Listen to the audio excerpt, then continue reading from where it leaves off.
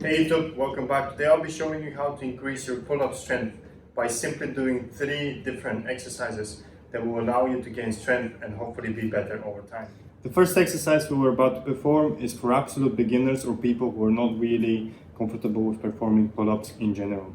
And the way we'll do this, basically in terms of equipment by the way, we only need a squat rack and a resistance band, as you can see. The way we'll do this will be grab the bar and go underneath, and the resistance band should be falling about the mid back here. Also, the way we will perform the exercise is you will be exploding on the way up, controlling the way down, which is the eccentric phase or the lengthening of the muscles, which is more important when it comes to muscle growth. And the main objective here, and why the band is underneath you as you're performing the exercise, will be because as you're coming down, the band will try to automatically go up because it wants to retake the shape that it's supposed to be in. So basically, as you're coming up, it will help you in terms of you performing the exercise against the gravity, so it will make it easier. Before we start with the second exercise, basically I want to mention the grip when it comes to performing the pull-ups. And some people are really paying attention to the different types of grip where you could be implementing when it comes to the pull-ups. Basically, in my opinion, there's not a lot of difference when it comes to the muscle groups being activated regardless of which grip you're using. I think chin-ups, however, can be slightly easier rather than the normal pull-ups, and the chin-ups are pretty much when you're using the under grip to grab the bar. However, as I mentioned already, there isn't really a significant difference in my opinion at least, so whatever feels more comfortable for you, I think is the right way to go. The second exercise we'll be doing is pretty much normal pull-ups, however we'll be cheating a little bit. And what I mean by cheating, you'll see now. Basically, once again, we'll just be using the resistance band and we'll be doing normal pull-ups. On the way up, we would like to be as explosive as we can, however the downing phase would like to be more controlled, and same thing happens again once we do the repetitions.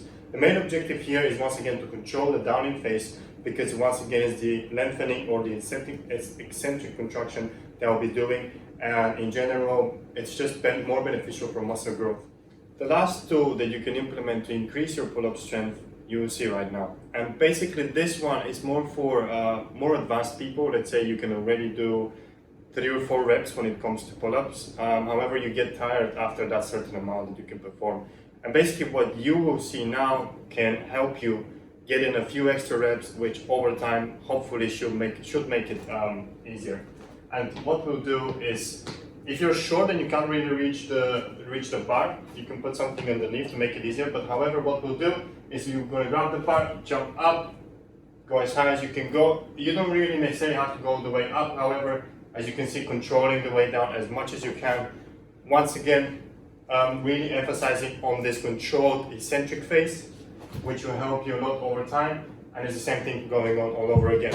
And let's say you're doing your own set of about 4 or 5 reps, you see that your biceps is getting exhausted, but the back can take a few more reps.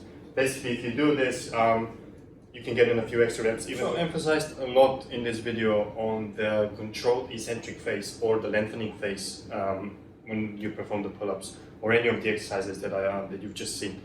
And basically, this actually can be implemented for every possible exercise that you're doing in the gym. And the most common mistake that people do is basically, let's say they perform the pull-ups, they go really slow on the way up, which is the concentric or the shortening phase of the muscle.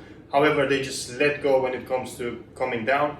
And basically what happens is you're pretty much losing one of the 2 contractions, which is actually the more important one. And one thing I would really like to finish off with is basically everything that you've seen in this video when it comes to sets and repetitions to perform the exercises. I cannot really give you a guideline on how to proceed with, because basically everyone is different, everyone is at a different level, and everyone can do the pull-ups differently or cannot do them.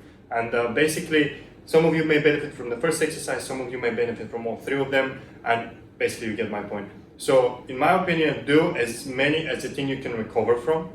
However, make sure this doesn't really interfere with the rest of your workouts, the other exercises and the other muscle groups being trained.